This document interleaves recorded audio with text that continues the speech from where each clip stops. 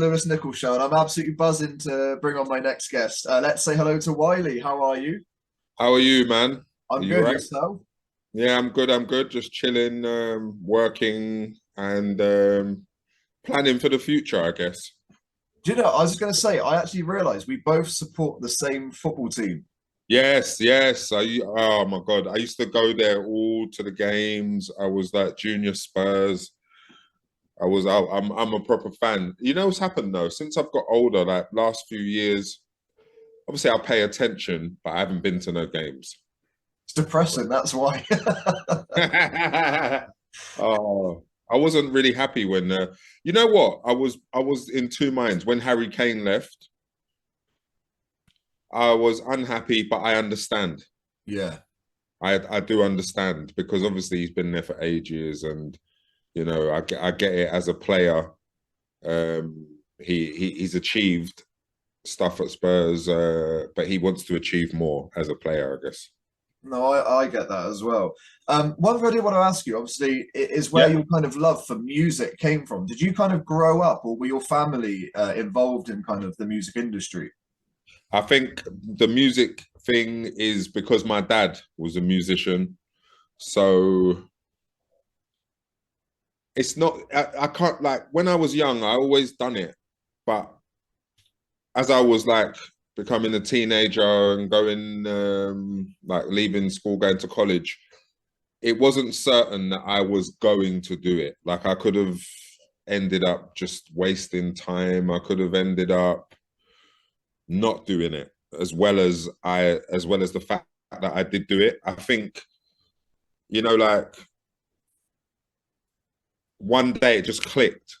This is what you have to do because your dad has given you the gift of doing this, you know? So I guess, you know, like when you're a teenager, you want to do all different stuff. I guess when you're young, you want to be a footballer, you want to be everything that you dream of. But this is the one that stuck with me. And you've always been open in interviews and stuff, prior to music. There were different paths that you could have taken. I mean, you had Yes. to kind of get yourself out of various situations. So do Yeah. you think that the stuff that you've been through, because I know you've had a lot of like stuff happen to you. I know you've been open about being stabbed multiple times and Yeah. getting involved with the wrong crowd. Do you think that helped define who you are as an artist? No, I don't. You know what? So anything that could have been prevented is a good thing. So if it does happen and you know you live a life, I guess like everything that happens in life, you know, you live and learn. But with like the stuff that happens, just you know, like stuff like getting stabbed, it could have been prevented. To be fair, when you look back and you think, okay, well, if I didn't say this and I didn't do this and then I didn't see when they saw me, they wouldn't have done this and they wouldn't, you know. So you when you become like an adult, you can actually look back and see how you could have prevented it. You get Yeah. what I'm saying? So even though it happens and you roll with the punches and you keep it going, I guess as an adult, you can look back and say, well, if I didn't see them this day and I didn't do this day, then that wouldn't have happened that day. You know what I'm saying? So Yeah. with the stuff like stabbing or anything to do with the street, it could all be prevented. But I guess when you're an adult, you can look back and that's where you'll realize that type of stuff. And obviously, music is obviously just the biggest part of your life. So, can you Yes, remember that decision when you decided, you know what, I'm going to give this everything? Because you've yes. grafted so hard to get where you are. I mean, you've done everything. It wasn't like an overnight, I'm on TikTok, I've got a platform. You grafted to get where you are. Yep, yep. I can remember.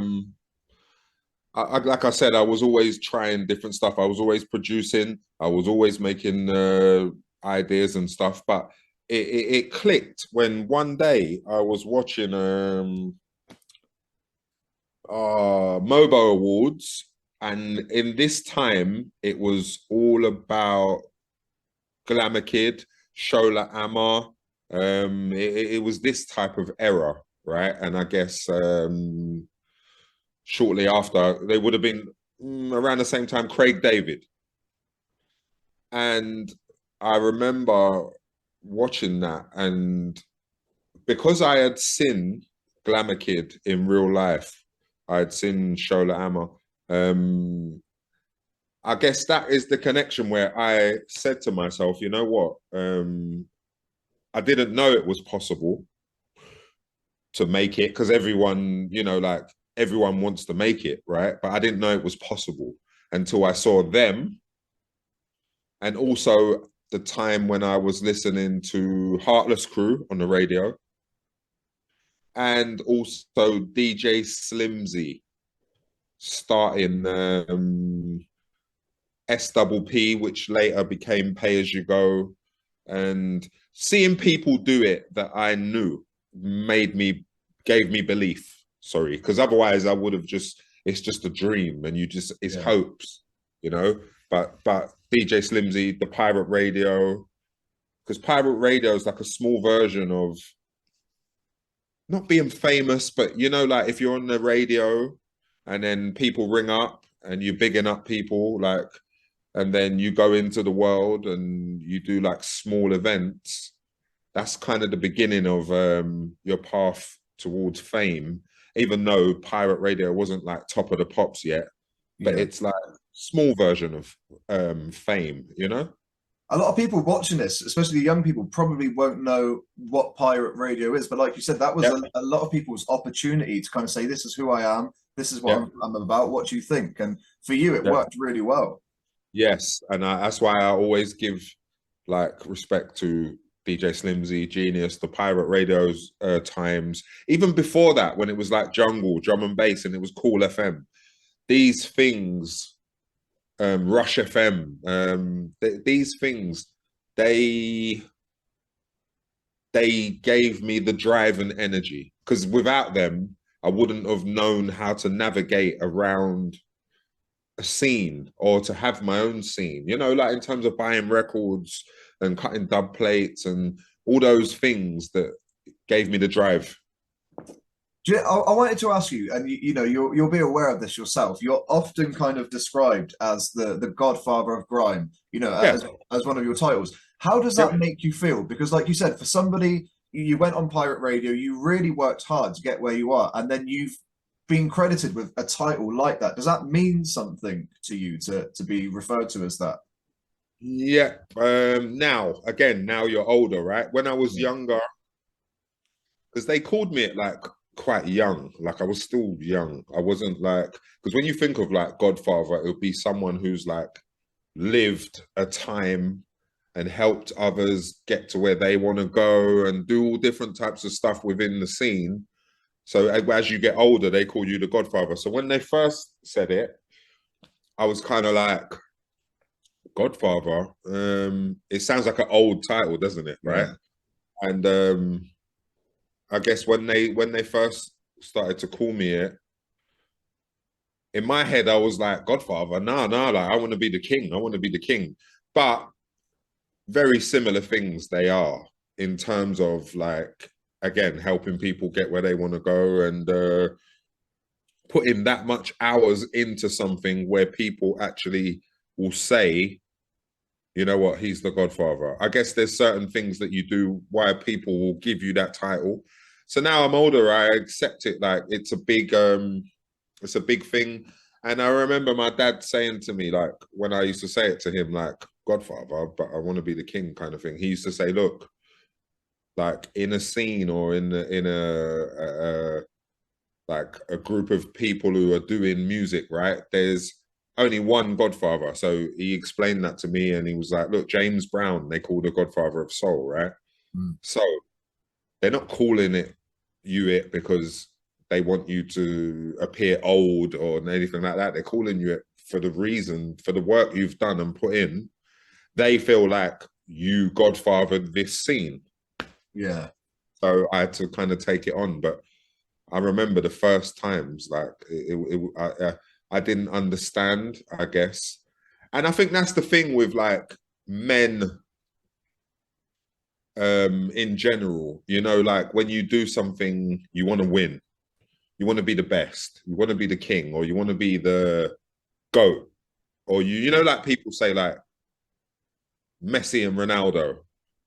when you do something, you want to be the Messi or the Ronaldo of it, you know, whether you become it or, you know, whether you're the Maradona or the Pele, or, you know, you want to be the best at what you do. So I took it on in the end. I just took it on, and now I run with it. You know, I've dropped 3 albums: Godfather 1, Godfather 2, Godfather 3.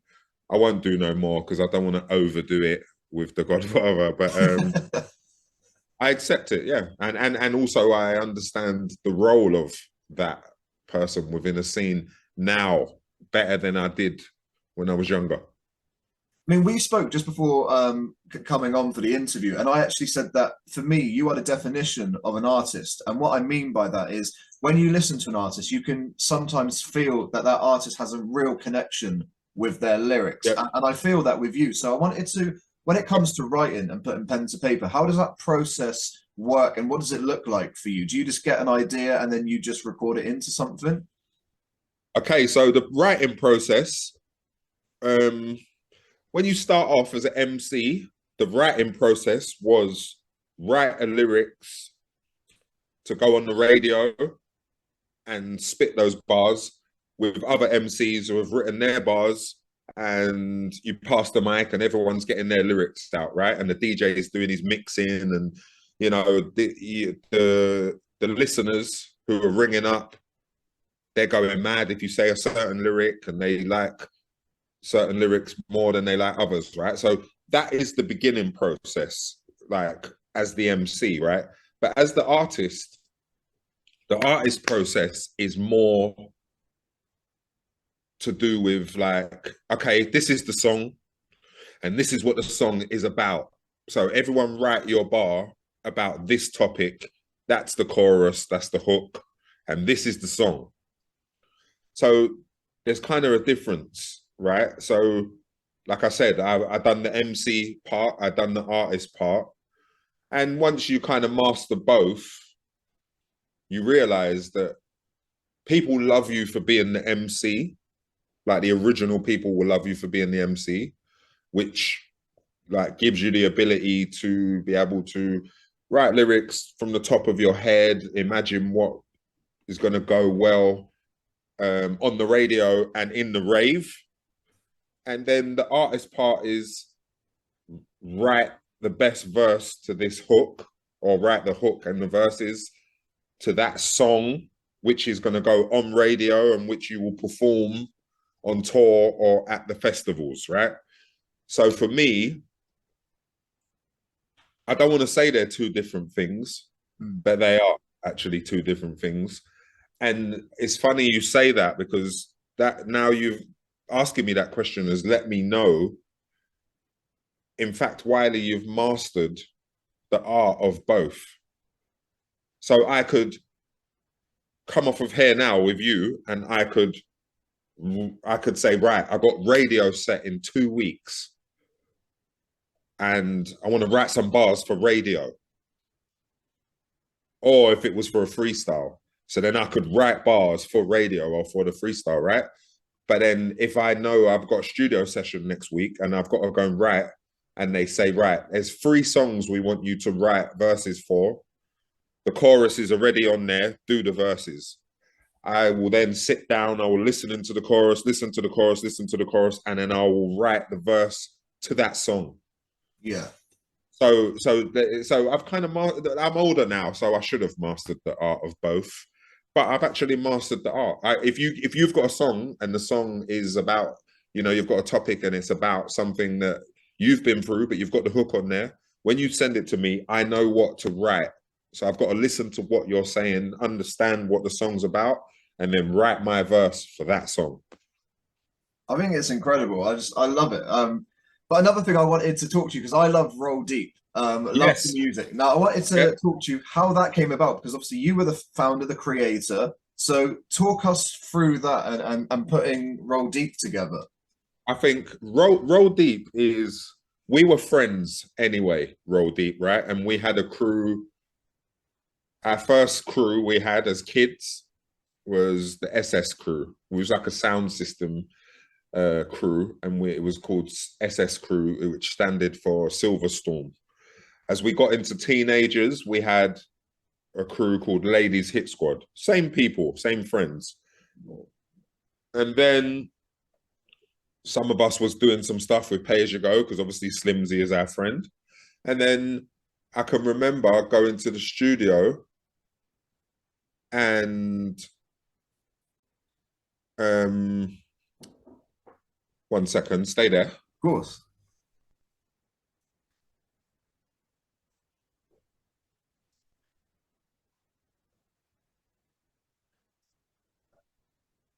Tell him in about an hour because I'll just use it. Yeah, sorry. Yeah, sorry. So roll deep. So we got to a point where we started to go to this studio in Greenwich. And that would be me, Flodan, Breeze, my cousin Biggie, Scratchy, right? And we started to make music more, right? And we had some songs. This is the vinyl time, pressing up vinyl and whatnot. We were doing that. And then I can remember I met Dizzy Rascal. He joined with us. And then we were all like making music, which would be now considered roll deep music. So we had a song called Bounce. And that was our first song, like where Roll Deep and Dizzy Rascal. And then I remember like we were getting bigger and bigger and bigger. We was doing the Sidewinders, all of that stuff. And then it came to like music industry time, record label. And I had already had a single out called Nicole's Groove. So this was like garage times. And then I remember Flodan is actually the person who named the crew Roll Deep. So he was with me, he was with us anyway when it was the other, but going forward, it was Roll Deep crew, like Roll Deep Entourage. So Flodan actually named the crew.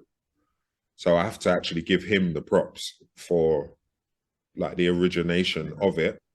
And then, yeah, we just went into the world. Dizzy got a record deal with XL Records. Then the manager kind of got me a record deal. And then Dizzy, we went through some stuff. Dizzy went on his path. And then it was me and Roll Deep. And then I remember going and then getting a record deal for Roll Deep as well. Like, so Wiley deal, Roll Deep deal. And yeah, that's where you would have seen us kind of go into the charts and stuff. And yeah, like, but again, the early origins of it were, the reason it's there and it exists is because we were just friends anyway. Obviously, you mentioned there going into the charts with Roll Deep, and obviously you had a couple of #1 singles, Good Times, Green Light. Can you remember that feeling? Because when you enter the charts, it gives you a whole new level of success in a sense of mainstream, being in magazines, being well known. So can you remember finding out that you've got a #1 single? Because that must have been a good feeling. You know what it is? Honestly speaking, now, right? Having a #1 record is kind of dangerous. And I'll tell you why. When you have a #1 record,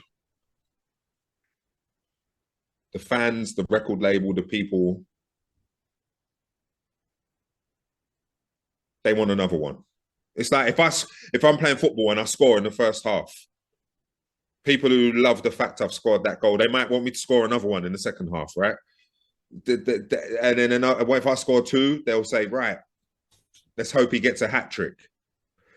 So the dangerous thing about having a #1 record is when you get one, everyone wants you to have another one.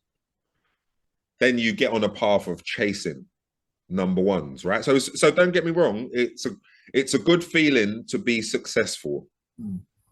Like #1 in the chart, #1 in the chart. Everyone around the country knows, everyone, when they see you, rah, man, congratulations on the #1. But now I'm older and I look back, it's kind of like having a #1 puts a lot of pressure on you. Yeah. And some people get a number one and you never see them again. Some people go number one and they're fighting to go number one and again, sorry. So that's where you kind of start to lose the love for music if you start chasing number ones, right? So having the number ones are cool, but chasing number one, it can be dangerous, and it can also take away your love for just loving music. So lucky for me, I've had a few. I've had some with my crew. I've had some on my own. I've been successful before, but being successful, again, like I said, it puts a lot of pressure on. And the whole reason we got into music, MCing, pirate radio, love for music, the love for doing it without the thought of money, number ones make you start now chasing the money and kind of lose the, not passion, but right, we need another number one, or we need another record, because you know they say you're only as good as your last record. So if you do go number one, if you drop the next one and it goes top 40 and you drop the next one is top 60, everyone will be like, you're only as good as last record. Yeah, you know? Of course. So it's like it's a bit of a nightmare. And I just think the best thing to do is just love music. And if you get a number one, that's cool. If you don't, it's cool, you know? Because when you get on that path of chasing them, dangerous. And if you don't get another one, even if you get two, if you don't get another one after the two, people start to think, you washed up, you finished, because you ain't got number one again. You know what I mean? It's the fan. It's not their fault. It's just, if you succeed, this is now what they expect of you, you know? It's one of them things. They hold you to that. So number ones are cool, but I would prefer to just love music rather than chase number ones, you know, get grey hairs, hair full, and pull my hair out trying to get another number one, you know? Just have the freedom, you know, and do what you like. But yeah. I want to go back to 20 years ago now, with your debut album, Treading on Thin Ice. A lot of in this interview, it's been great hearing you reflect now. You know, you're older and you reflect on your career. When you look back at that debut album, what are your thoughts when you look at it now? Is it something you're proud of? You know what? I don't really tell people this, but I accept the fact that I made that album, right? But there's something about that album that makes me angry at myself. And I think what it is at the time, Dizzy Rascal was popping with Boy in the Corner, right? And I knew, obviously he dropped and I knew that I had to follow, right? I didn't actually have to follow him, but that's what ended up happening. So instead of me actually making my first Wiley album that was really me, I ended up making an album that I thought I had to make to drop after his one, right? Which would mean that I was kind of following some of the ways and the themes and the energy that I got from listening, well, being there in the making of his album. When really I should have been there in the making of his album, listened to it, and I should have had a break. I should have took time off. And then I was living my own life anyway, but I should have lived more Wiley, without thinking in my head, I've got to make an album that's going to drop after his one. Because what ended up happening is, it's like an album that I made thinking how he was thinking, when really I should have been thinking how I was thinking. That's the only thing. I don't tell people that, because, you know, it happened. We did it. We done it, right? So because that happened, I kind of don't accept that first album as the starting point of Wiley.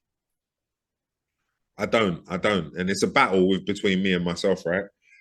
I kind of look back and I more look at what have I done in the last 24 years? And I look at that on a whole and I think, right, even though I wasn't ready at the time, I thought I was ready at Treading on Thin Ice, but I wasn't really ready.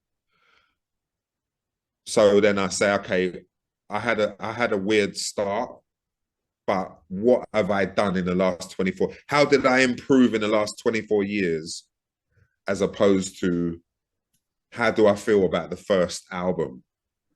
Because I feel like I was not in Dizzy's shadow, but I feel like I was trying to make music to trying to live up to what he was doing.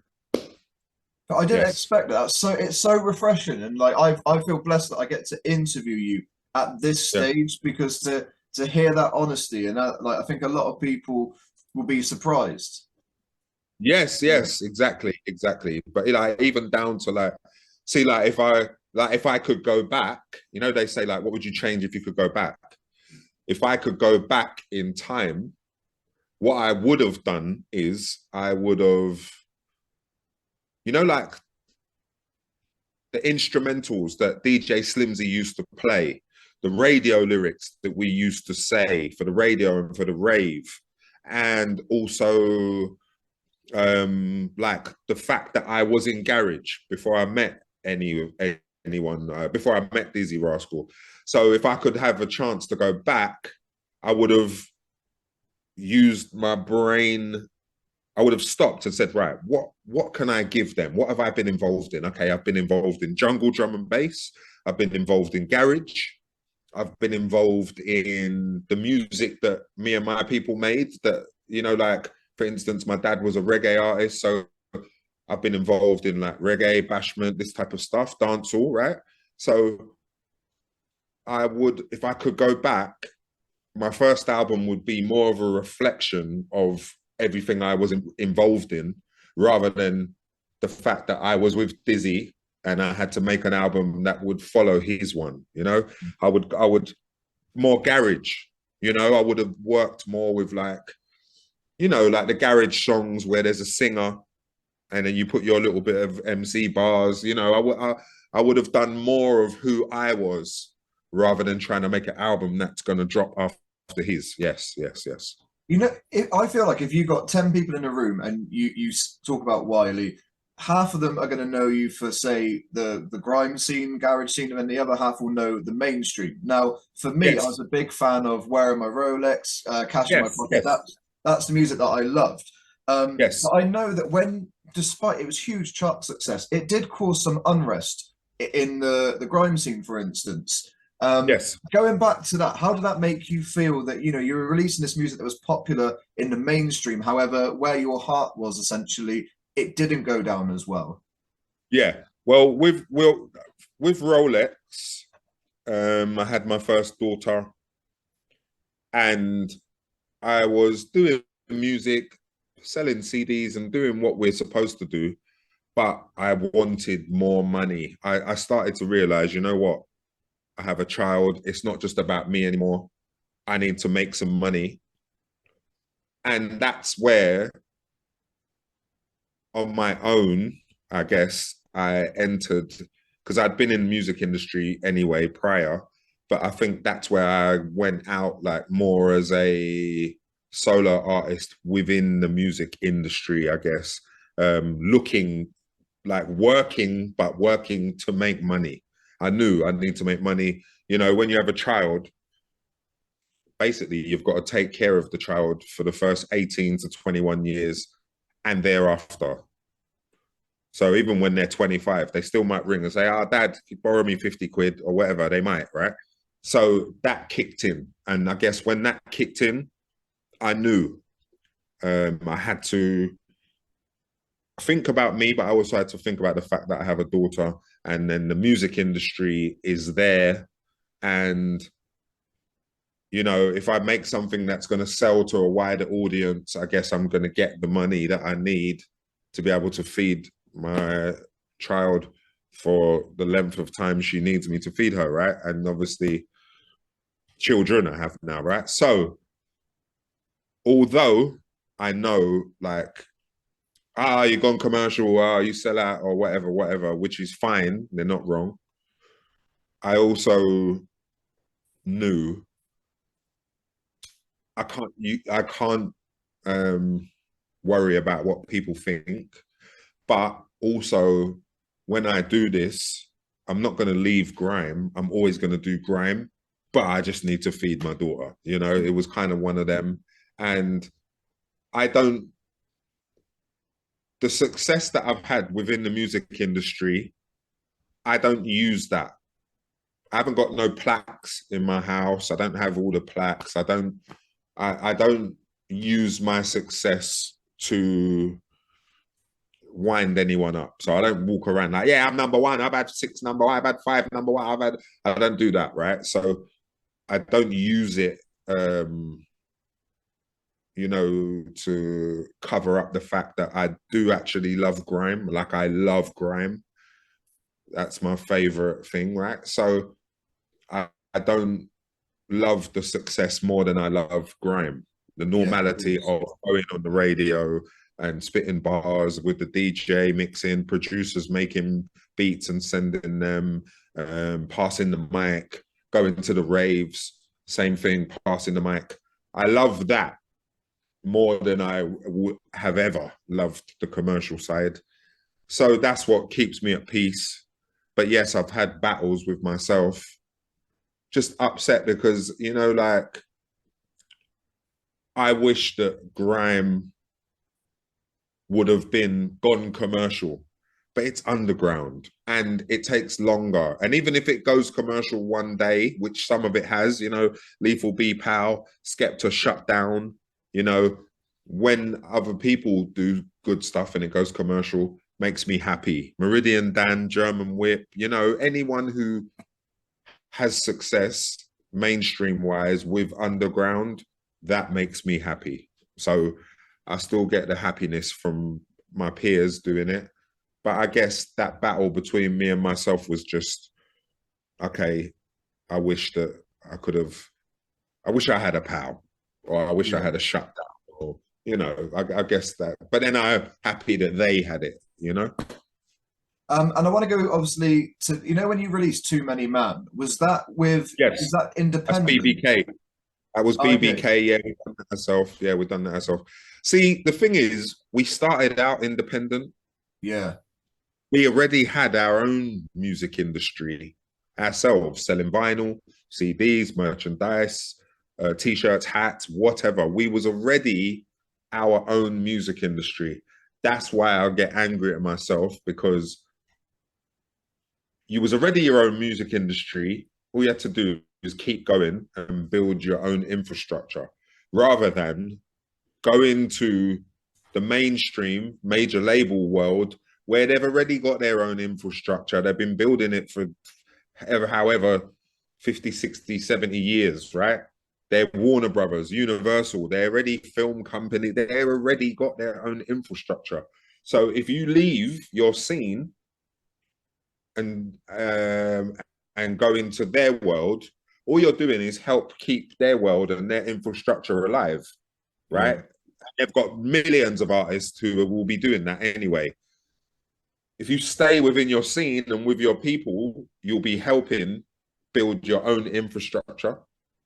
And that's the real reason why I get mad at myself, because I sit there and say, rah, so you've left your own scene and infrastructure and set of people to go and help keep that infrastructure alive, the major label scene, which is going to stay alive with or without you anyway, because everyone wants to be, majority of people want to be famous, they want to get money, they want to be industry, you know, some even want paparazzi, I guess.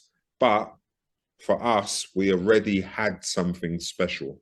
So my battle with myself is like, you went to add to their infrastructure being built when really you could have just kept your own one being built. That's the main thing for me, I guess, that I battle with myself. I do want to actually thank you for Heatwave, because honestly, you know, every year there's a song that's a banger. When you go back to a playlist, it's always there. You know, that was an anthem for a lot of people. And you know, I hear what you're saying, where your passion lies, but do you at least look back at that track in a sense of fondness, or do you have the similar kind of feelings with that?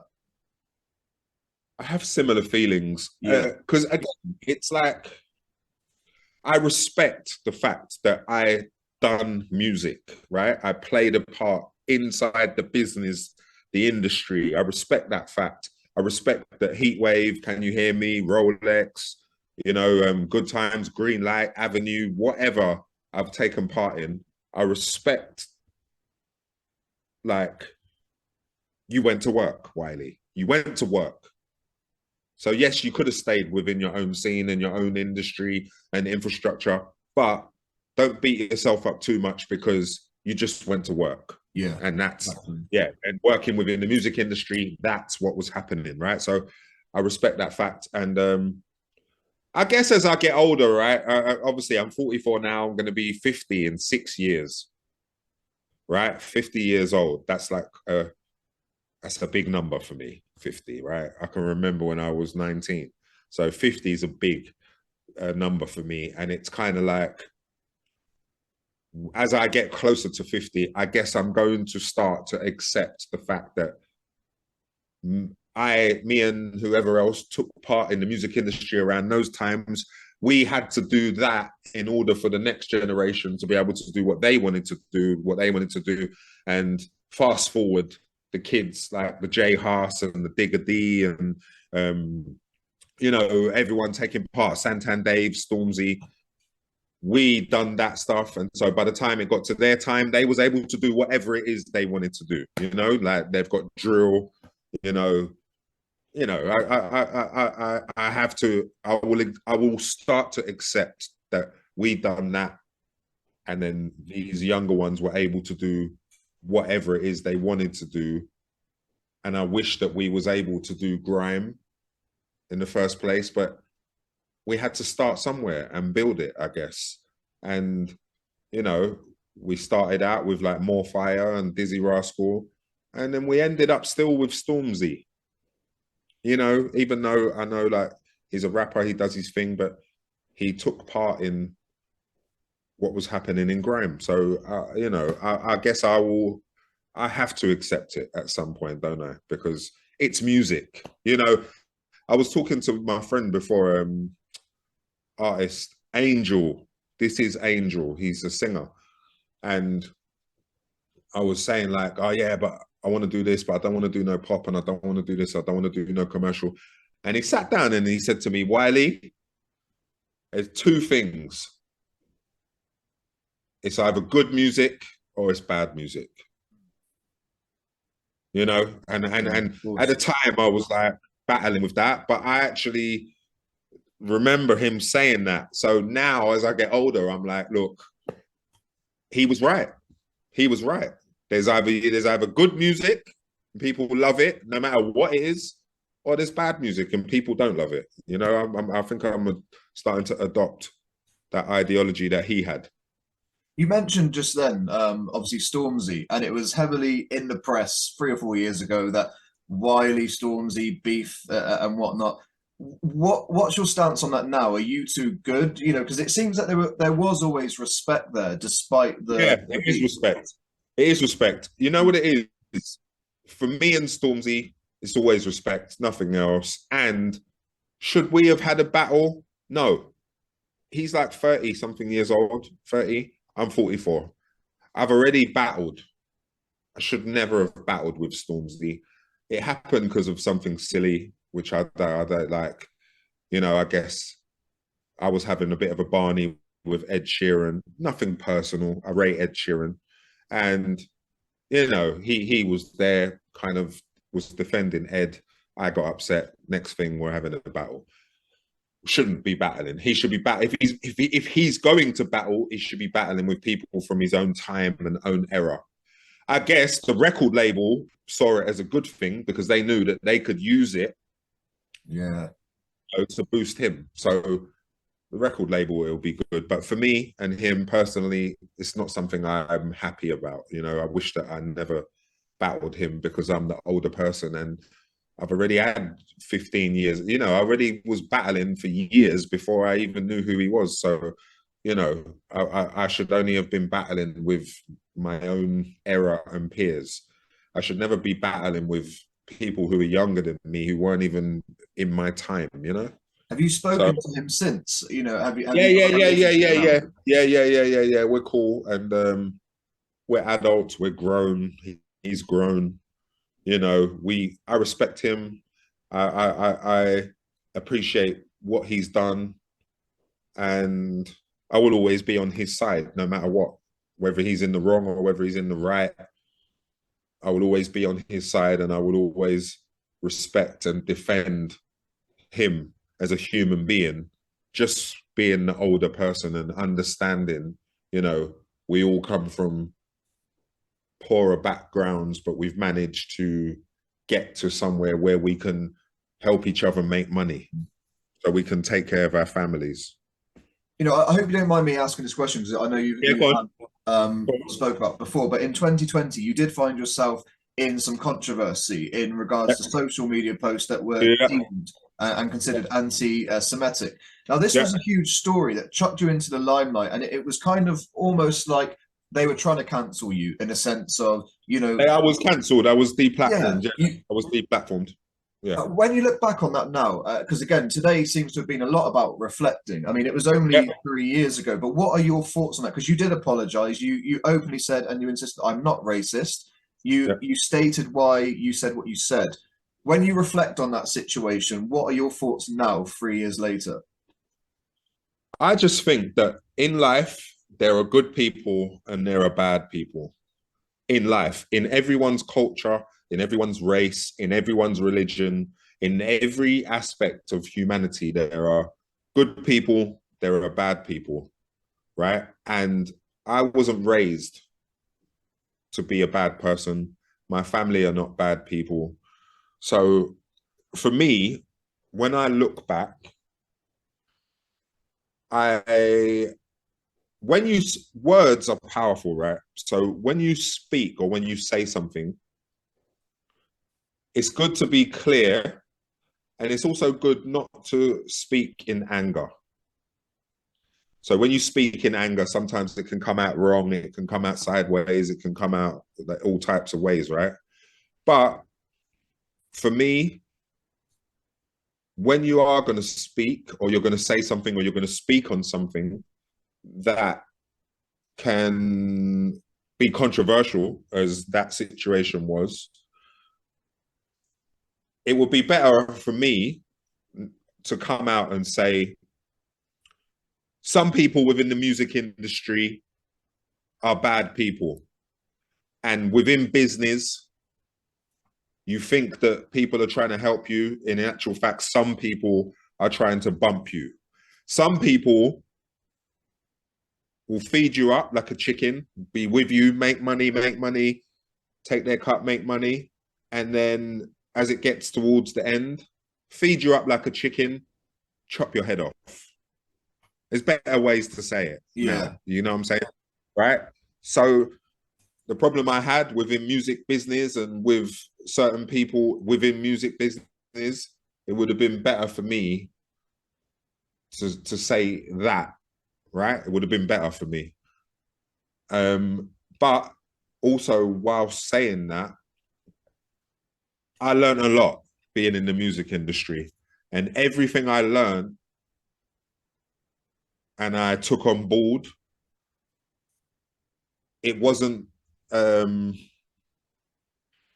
everything I learned and took on board resonated with me to make me feel completely different about business in general and music business to when I first started and went into the music business. So when I first went in there, I was naive, right?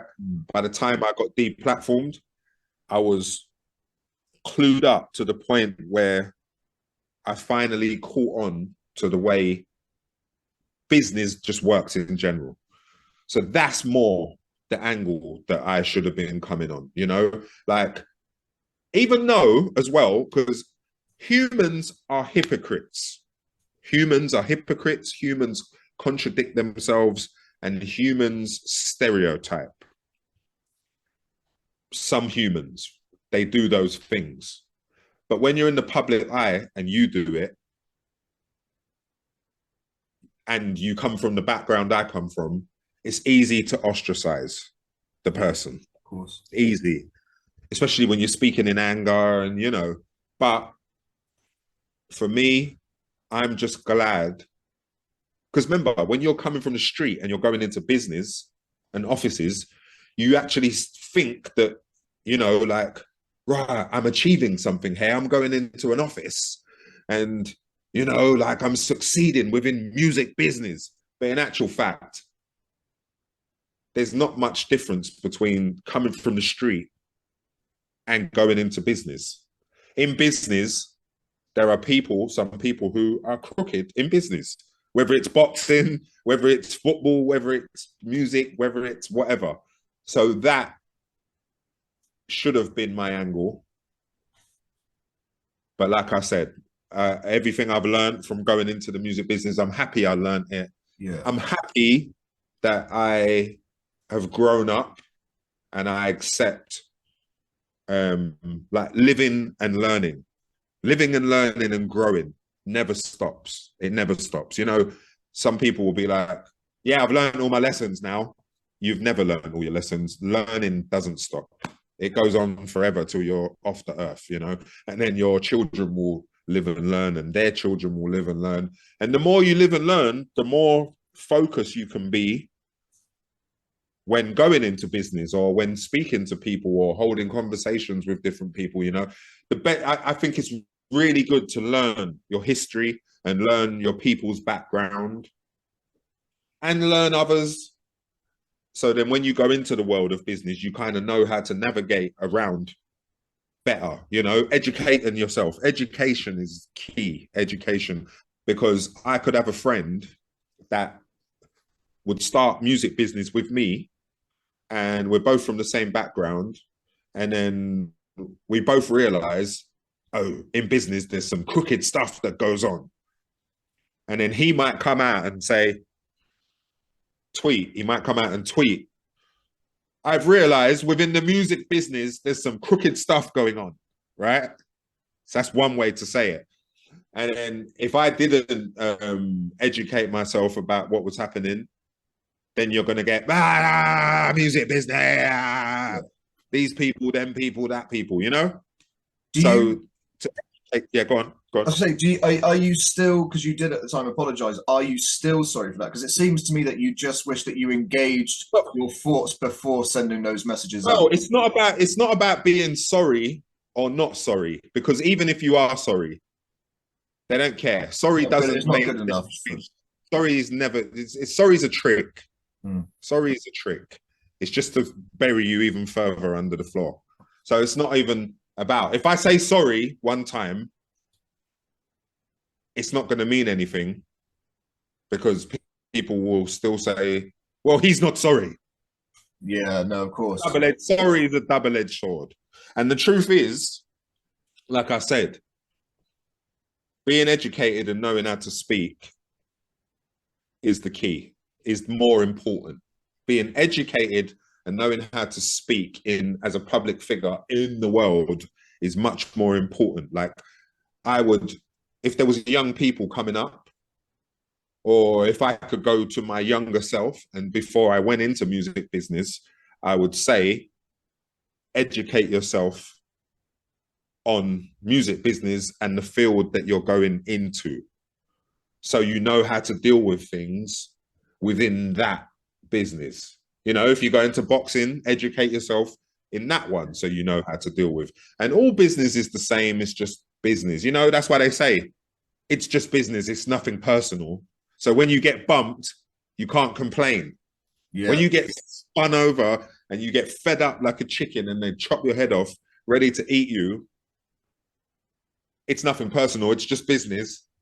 So then you can't say nothing, you know? So educate yourself. It's best to be educated so you know how to speak to people, or you know how to speak in public.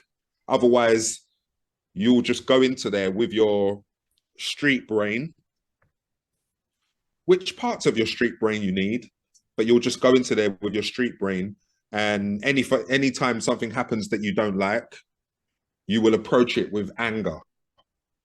And if you approach it with anger, then, you know, like, it's easy to say, oh, see, he's angry, he's this, he's that, he's blah, blah, he's blah, because you're approaching it with anger.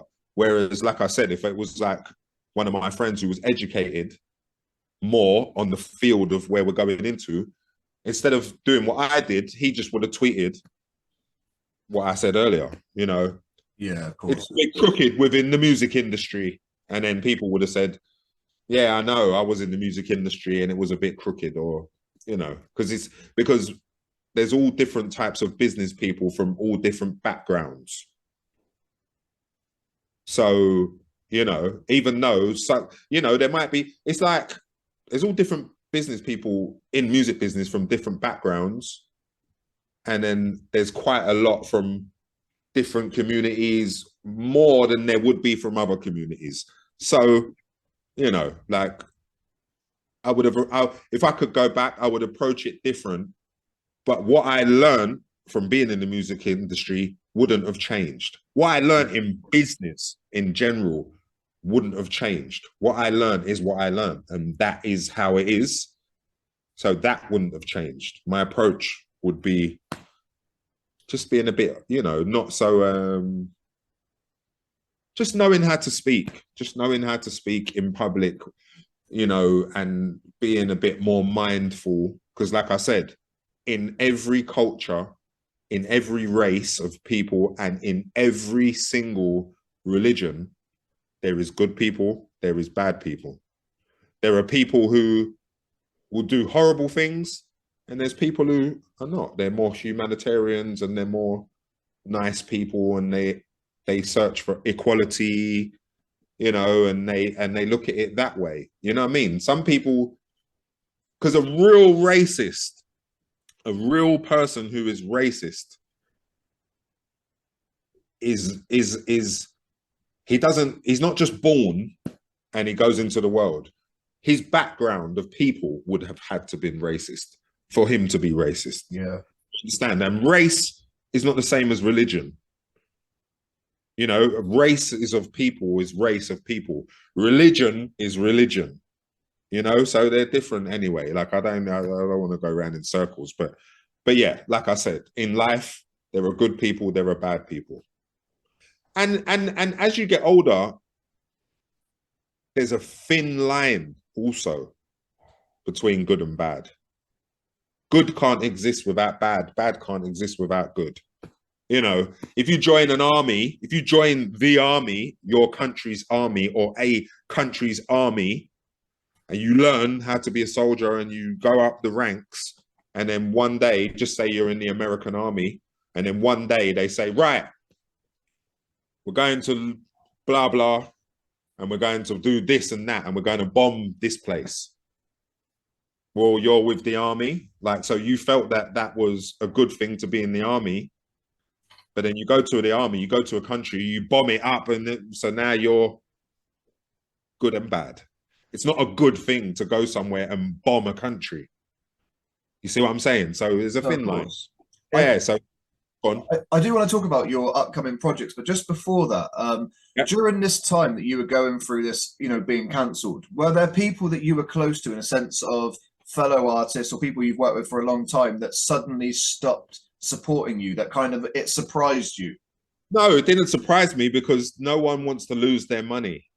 Yeah, and also, when you're a winner, like me, a winner, people can't wait to see you lose. Just natural. That's sad though, isn't it? That is actually it is, sad. But it's just the way it is. You know, like, again, Harry Kane, he's a winner. He's a striker. He scores goals. He's a winner of a human. Now, if he went to Bayern Munich and he only scored 5 goals, a portion of people at Spurs would be happy. Ah, see, you should have never left. Yeah, of course. You get what I'm saying? So when you're a winner, people can't wait to see you lose. So I wasn't surprised. at the fact that people were not able to, they weren't going to put their life or career on the line in order to stand with me. Some people did actually, but you know, I wouldn't put that on them either. You know, like I've got a friend, DJ Target, he works in the BBC. Now, I don't expect DJ Target to share the same views as me or follow the road that I am going down because he works in the BBC. That's his job. That's what pays him. And if he follows my stance, he'll get the sack. Yeah. So I don't want that for him. You know what I'm trying to say? Like, even if he did or didn't agree with me or whatever, right? Or he whatever happened, I wouldn't want him to lose his job because of something, some realizations of mine, and then I've come out and said it in an angry way, so it doesn't look or sound good. So then like I agree with Wiley, and then tomorrow BBC ring him and say, right, that's it, you're done. Yeah. I don't want that anyway. I'm not the type of person who will take people down with me. If I get deplatformed, I get deplatformed. That's it. I'm not taking anyone with me because my actions are my actions, and what I think and what I realize and what I've been through and what I learn is for me. It's my personal experience. So I want everyone to have their own personal experiences and, you know, and realize different things for themselves. You know, some people will do business for 20, 30, 40 years and won't realize anything. And they'll just keep going along. And as long as they're getting paid, you know, they'll keep going along. But I guess for me, it was different. So I don't want to drag anyone down with me. Yeah. What's next for you now, though? So have you got some projects that you're working on? Because obviously I follow you on Instagram, and it seems that you give a lot back to people. You actually offer, if people sent you their material, you were doing some stuff for them. So tell us what the next kind of few months look like for you and what you're working on. Yeah, so I'm doing free remixes, like remixes for free for people. It will be obviously people who haven't got to where they want to go yet, you know. I've done about 65 of them already. I'm going to stop at 100. I'm going to stop at 100. And then I'll start to charge. And I'll charge people to what their budget is, right? So if I know if it's an up and coming artist, I can work with him. I'm not going to, you know what I mean? If it's someone who has been here before and they've got money, I'll charge them to what that is. But I done that because I just wanted to get back into production more again, right? So I done that for that reason. I have 3 projects. And let me just say, that's a good question you said. Like, so what am I up to now, right? Here's what I'm up to. And I want everyone to know this, like, because this is very important to me. This is very, very important to me. Because the other day, a fake account posted something saying like they're pretending to be me, right? A fake account pretending to be me, and they said some mad stuff like about Ed Sheeran, Stormzy, and Jamal Edwards. Mad stuff. I would never say that. Obviously, Jamal Edwards, rest in peace. He's not here anymore. That's just not who I am, right? But some people who do know who I am, they actually thought that I said it. They actually believed I said it, right? Which is really sad. But I'm not mad at them. You know, in their minds, they'll be like, well, you are controversial. Well, you are Wiley. You know, we feel like you're a bit bipolar. Whatever. That's cool. That's fine. You know, whatever I've shown them before, cool. I get it, right? But it's funny you say like, so what am I up to now? One thing I am up to now is this. I will never ever in my life again, because someone saw that post and said, "Rah, did you say that?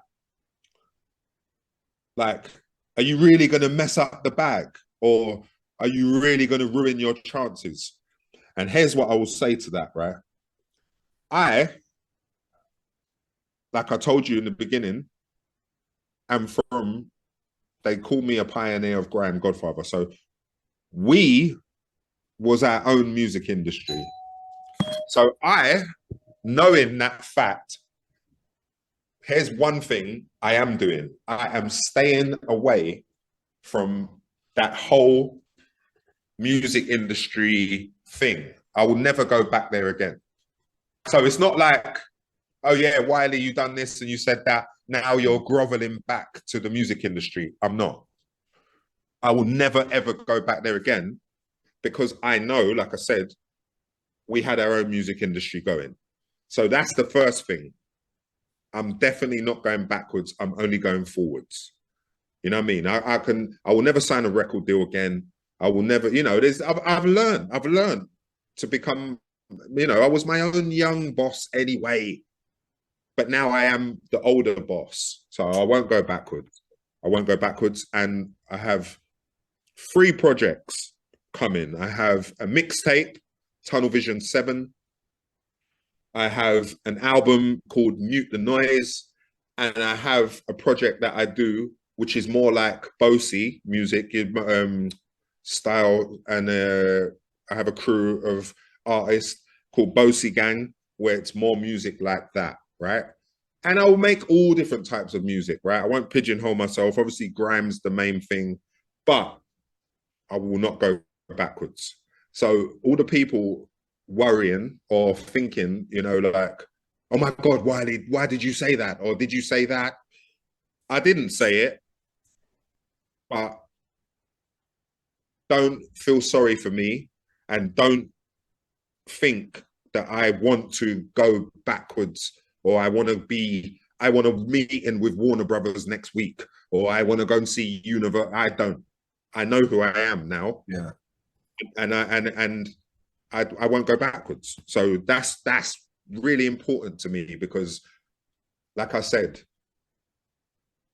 the first record label we signed to, XL Records, like album deal, me and Dizzy, that's an independent label.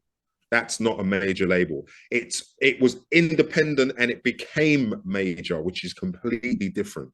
I respect it, right? But I will not be signing no record deals. I have my own money. I have my own catalog of music. I have my masters. I have my recordings. So, you know, I'm okay. I won't go backwards. That's the main thing. Can I just say, you know, for me, you've come on the show today and I've had the chance to interview you, but for me, this is genuinely a highlight because, you know, to speak to someone that's so real, so authentic and genuine, yes. and you've been that throughout this interview. I've been able to ask you any questions and you've given an honest answer. So thank you so much for giving me this opportunity as well today. Respect, man. Thank you for giving me the opportunity also, man. And I wish you the best in your future endeavors.